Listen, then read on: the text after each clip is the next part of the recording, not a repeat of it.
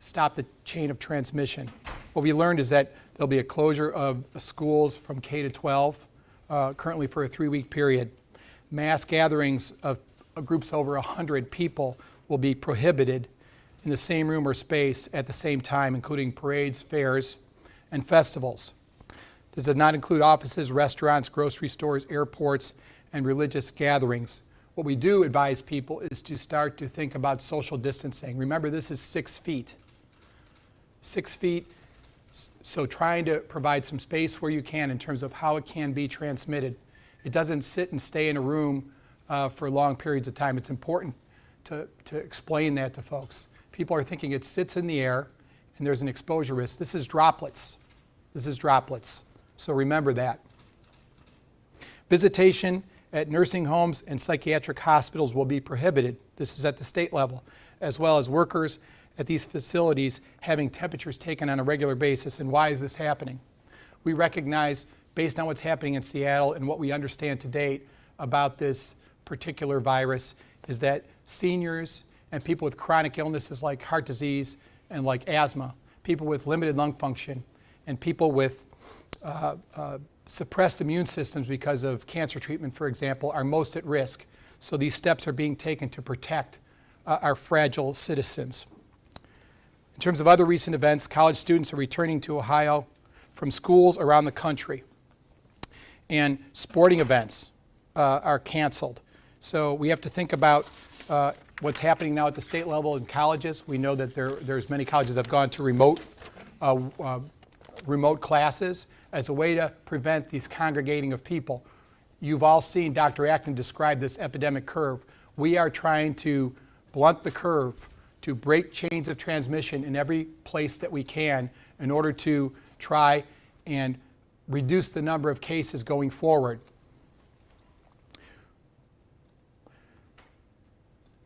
So we're concerned about these large events because there's a potential for infection and exposure in large groups as they gather. And these immunocompromised folks and older folks are most at risk. And so we know that spreading can occur faster in a crowd. If people are together for long periods of time, we're now exposing many people at once that go back to their lives, go back to their families, go back to their grandparents and other fragile people, and could potentially expose them. So we're going to transition now to voting. We want people to vote early. Vote early. You can go to the Cuyahoga County Board of Elections office at 2925 Euclid Avenue to vote early. Please do your civic duty and take the recommended precautions. We know that hand washing immediately after voting is critical, and that the Board of Elections has been taking steps to sanitize at polling locations and instructing poll workers on sanitation procedures. They've stepped up their efforts. St. Patrick's Day. We know that the Mayor Jackson, the City of Cleveland, announced that St. Patrick's Day parade would be canceled. And we know people like to celebrate, but we're asking people to stay home on St. Patrick's Day. Our state health director and fantastic leader, Dr. Amy Acton, said some 25-year-olds could be going out and thinking that they aren't at high risk. And so they gather in bars and congregate in places, and then they go visit their grandparents or other fragile folks and unknowingly and unintentionally potentially expose them. Please stay home and not gather on St. Patrick's Day. And please remember, these are unprecedented times. We need to take what seem like big precautions and sacrifices now so that we can slow the progress of this disease. It's also important to know that we are still amidst flu season. And later on we'll have information about that later in the day as we gather it. But these steps we're taking now will also prevent the transmission of flu. So I'm going to change gears and talk about an update on where we are with our cases right now, the existing cases that we have in Cuyahoga County, the 3 cases. So we know that there was a bus trip to the IPAC policy conference in Washington, D.C. It was from March 1st to March 3rd. We know that the Jewish Education Center, excuse me, I have to pause here and get clarification from Kevin on this.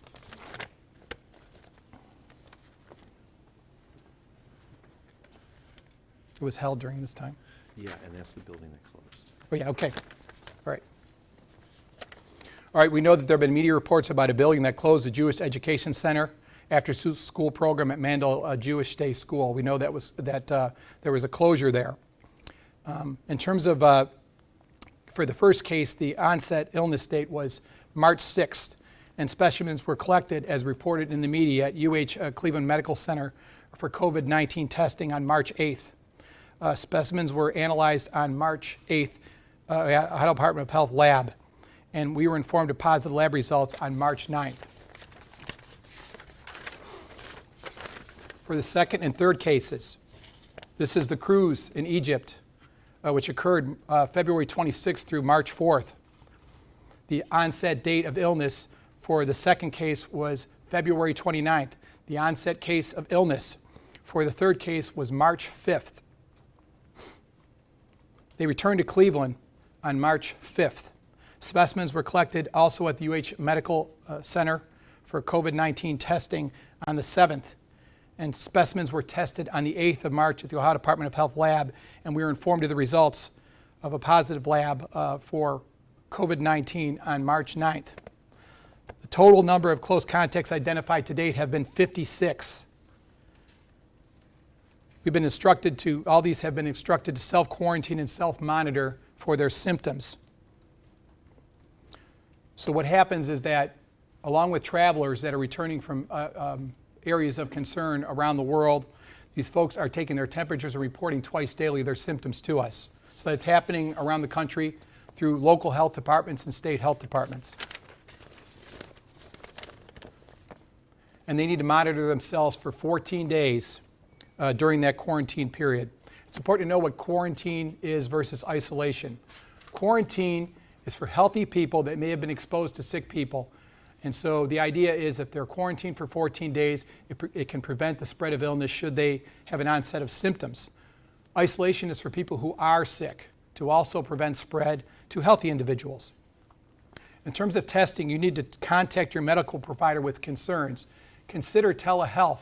Consider a phone call so that we don't have an overwhelming number going in to doctor's offices asking for care. So follow procedure, call or work toward telehealth. And people will still have to meet the criteria to be tested. There is CDC guidance that changes on a regular basis. We follow the CDC guidance on who needs to be tested. And we know that local hospitals have developed the ability to test through a couple labs, and also hospitals are developing their internal capacity to test as well. So we're seeing tests begin to expand very quickly. So remember the symptoms: fever, cough, shortness of breath. This is droplets. 6-foot distance. So remember the procedure for coughing and sneezing. Into your elbow, into a tissue. Wash your hands, wash your hands, wash your hands for 20 seconds.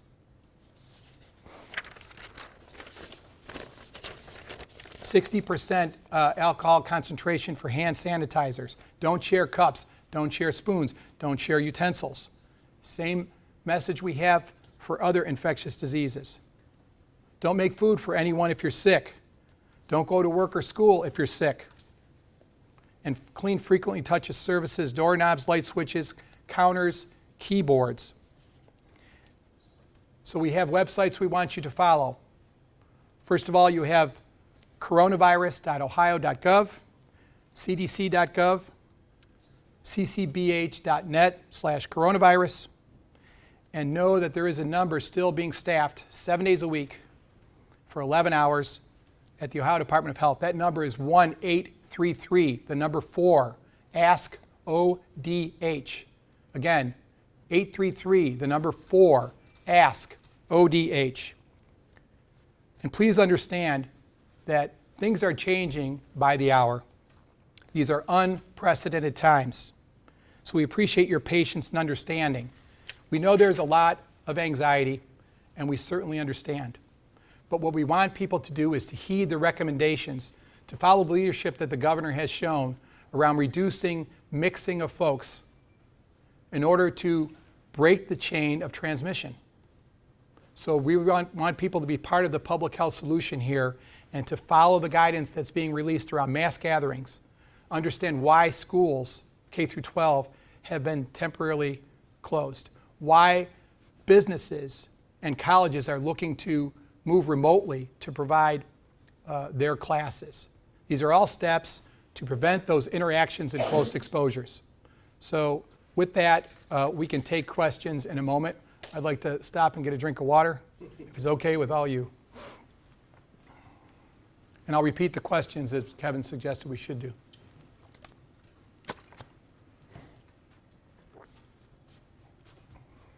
Please. What is social distancing? Get you next. And how is that different than just going to a mass gathering? Right. Social distancing is the idea of trying to create some separation of people. Certainly not going to a mass gathering is creating great social distance, but if you're in a work environment, for instance, you might look at spacing of work terminals, for instance. You might look at how many people get on an elevator at once. You might limit groups that begin to congregate to meet in close contact for small meetings in meeting rooms. You try to create some distance between people when you meet. You try to do it remotely as a way to avoid contact that might be extended, where people are within a 6-foot distance and they could potentially transmit to one another. Next question. I'm wondering, those 56 close contacts, are they all abiding by the self-quarantine? Mm-hmm. Have Yeah. you had any problems there? So the question is, are all the 56 close contacts abiding by the self-quarantine? It's been remarkable how people have cooperated with this. People want to be part of the solution. They understand that they can expose their brothers and sisters. People understand out there they can expose their parents, their grandparents. And we want people to understand, while this is inconvenient, it's an important way to break the chain of transmission, be part of the solution, and protect your family, your coworkers, your neighbors, and your friends. So we've been heartened by the fact that people understand the importance of this, and we believe people are abiding by this. Next question. Yes. About back to the 56, can you say any more about how they were in contact with the people who are positive? Are they all the kids who are on the bus, or people from synagogue, church, school, stores? Can you say any more about how they came in contact with the patients? We know there's the travel contact. We is a primary source among all the patients. I think that's a primary source. Right now, I don't have, as we stand here, the granularity on those details right now, but the question was about details on the close contacts and how they came into contact, but we currently I don't have those details right now. Next question. I think there's a lot of confusion. People have some symptoms and they don't know what to do, where to get tested, if they can get tested. Can you clarify some of that for some people? So the first thing that I'll mention is there's CDC guidance on assuring, with the testing capacity we have today, that those that should be tested based on their risk are tested first, and that makes sense. And so what we're doing now is if you have someone who meets CDC guidance that's very ill, they're going to be prioritized so that the testing will take place and those samples go to the state health department for analysis, and that turnaround time is about 24 hours, okay? We also know that there are private labs that are doing testing now, and then hospitals and other clinical settings can ship those samples off, and those are for people that are not quite as at risk, but they still meet CDC guidance. They may not be as ill. And those hospitals then can send those samples off for analysis. That could be 3 to 5 days. We also know a third tier is emerging, and we're still trying to, I think, make determinations how to best incorporate this. And I think this is a great development that hospitals are developing their own capacity to do testing. So what that means is we now are moving from a limited number of tests to a number of expanded testing capacity here locally. And so we want to incorporate those in a way so that we can manage it. It's important that we don't want healthy people showing up to get tested. We want to focus on those that are most at risk right now. And I think that's a very critical point. Next question. The biggest comment we're getting from viewers and people in public is that this is no worse than the flu, it's no big deal. Can you please explain why that is not the case? Right. So the comment was the public is thinking it's no different than the flu. So here are some facts that we know to date as this situation continues to evolve. One is that there's a principle in epidemiology called R0, which basically means that we look at the reproducibility or infectivity of a particular agent, in this case, coronavirus. And so what we know is that for seasonal flu, for every person that may have flu, they can infect 1 to 2 people. For every person that has measles, they can infect 12 to 15 people. So it's much more infectious, right? And so for every person that has COVID-19, they can infect 2 to 3 people. So you have a sense that that infectious, the ability to transmit, is a bit higher than flu. We also are happy to report that about 80% of people that have COVID-19 will have mild symptoms, but it's important to know that 20% in that range, somewhere in the 20% range, some of those could have very serious complications. And we've seen, certainly nationally and around the world, we've seen fatalities. So people need to take this seriously. Dr. Fauci from the National Institutes of Health has said that this is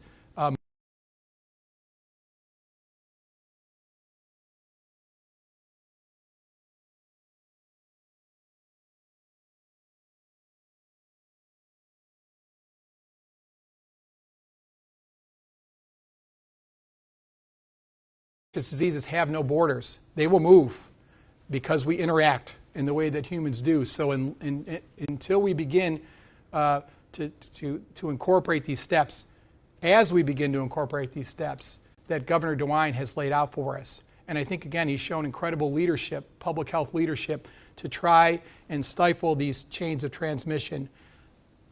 We certainly can't eliminate all human interactions. We recognize that, but we can certainly blunt the curve by preventing interactions here in the current times we're in. Next question. Yesterday, just at the airport, saw maybe a quarter of the people walking around with masks. I'm hearing yes mask, no mask, don't make a difference. Talk about air travel and what you get on a plane right now. Right. The question about masks. I'll repeat this again. You all know this, but we do not want healthy people to buy masks. We do not want healthy people to buy masks. We want masks for EMS. We want masks for healthcare workers, and I think that's a very important point. Be part of the solution. So we're learning every day that there's more and more restrictions on travel. The latest from the federal government is restrictions on European travel. So at the national level, we follow guidance. We follow guidance available from CDC that's available on their website. You can type in a country and you can look at what the restrictions are relative to travel. People should really think about whether they need to travel. People should think about whether they can do a meeting virtually or whether they can postpone something. And this is particularly important for our most fragile citizens. If you're a senior and you're thinking of traveling, I think you really need to talk with your family. If you've got chronic illnesses that may put you more at risk, if you can postpone, we suggest you really think about doing that.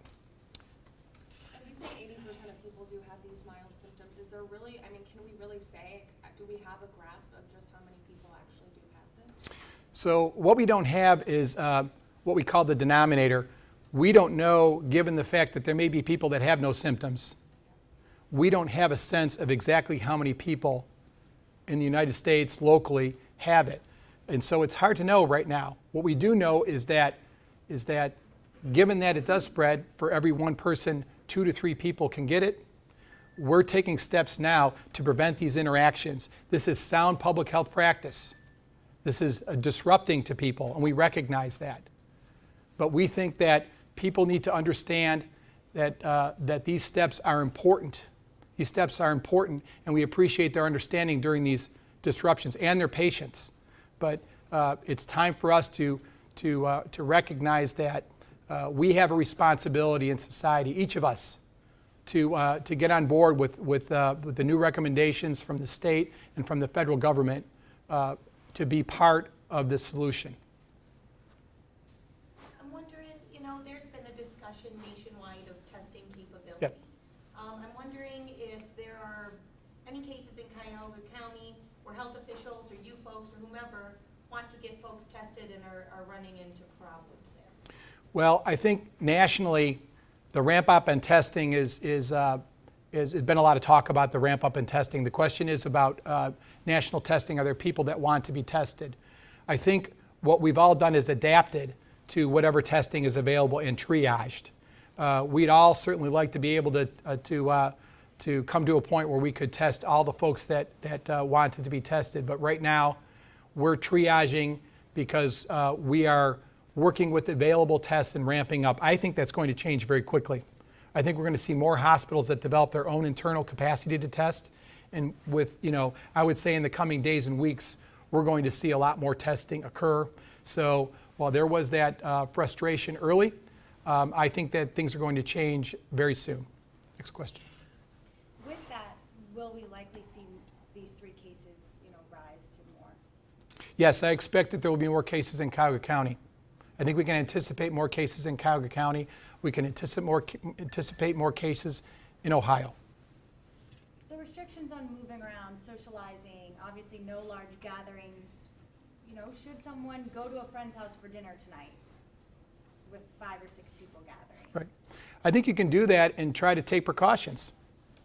I think you can do that and take precautions. If you're a high-risk senior with chronic obstructive pulmonary disease that may have other underlying conditions, I think maybe you stay home. You have a family member or a neighbor go and check on them to see if they need anything. Do they need their medication? Have they got if they do mail order medications, they have a 30-day supply.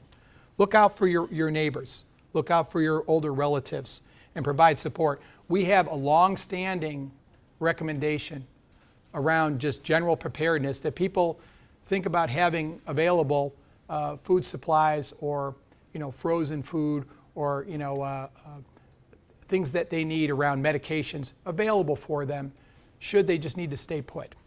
And so this is something that's been a long-standing recommendation, but people should think about who's going to be at these gatherings, how to create space. It's a new mindset. We're asking people to take on a new mindset here, and I think recognizing that these decisions were not made casually. The decisions that are being made by Governor DeWine are made for a reason, are made based on national guidance and what works to try and reduce the potential number of cases here in Ohio and around the country. Next question. Yes. What's the risk of overwhelming our local hospitals with too many patients? So the question is, what's the risk of overwhelming local hospitals with too many patients? That's certainly a primary concern of ours and our hospital systems. We're very fortunate to have a very robust clinical capacity in Cuyahoga County. So the messaging that's coming out now is if you have access through your systems to do telehealth, do that. Call first. If you're healthy and you're just a little worried, do not show up at the emergency room. Make a call, contact your clinical provider, and talk it through. We think that's good, sound practice. And again, you're part of helping to assure that those that need assistance first are getting it. That's an important point. What if you're in that age category or on the verge of being in that at-risk population and you are healthy? Do you still do you still take those precautions and call the doctor instead of going in? Just like people on the cusp right there. I think we should all take those precautions. So the question is, if you are on the verge of being sort of in the senior circuit, for lack of a better description, and should you just call the doctor first? I think that's a good practice. First of all, this long-standing recommendation is if you have an immediate health concern, you should call 911. And we've been working with our EMS providers on guidance very closely over the past week. But in most cases, if it is not an immediate health emergency, you can reach into your provider and call ahead. You can access whatever telehealth may be available. We recommend that first. I've been seeing the phrase flattening the curve a lot. Can you explain that? Yes. And explain why it's important? Right. Too bad we don't have the picture. But so the question is, we actually do somewhere, but yeah. So the question is, explain the phrase flattening the curve. So CDC has provided us what they call an epidemic curve, and it basically shows sort of a huge bell-shaped curve in basically a standard pandemic. So we saw essentially that happened in Wuhan. We saw a huge rapid rise of cases, and then they instituted a number of controls a little bit, later in the process. A lot of things that happened around controlling movement in Wuhan, we're seeing some of that in Italy and other places now, in access and entry into countries, as we're seeing in Israel, for instance. So the idea here is that we need to, in order to work to reduce the number of cases, you institute these non-pharmaceutical interventions, these mitigation strategies, hand washing, surface cleaning at higher levels, covering your cough, covering your sneeze, school closures or reducing the number of staff at schools, remote work, remote classes, efforts around reducing congregations and large gatherings so that we can stop the human interaction that we know, direct, close contact of human interaction that we know is responsible for spread. So if we do that huge jump in terms of cases, the hope is that it won't be as high, it'll be lower. It will reduce the number of potential people that die, reduce the number of cases that we have, and reduce the scope of this, of the spread of coronavirus. This is all based on work that CDC did from the H1N1 pandemic flu response in 2009 and 2010.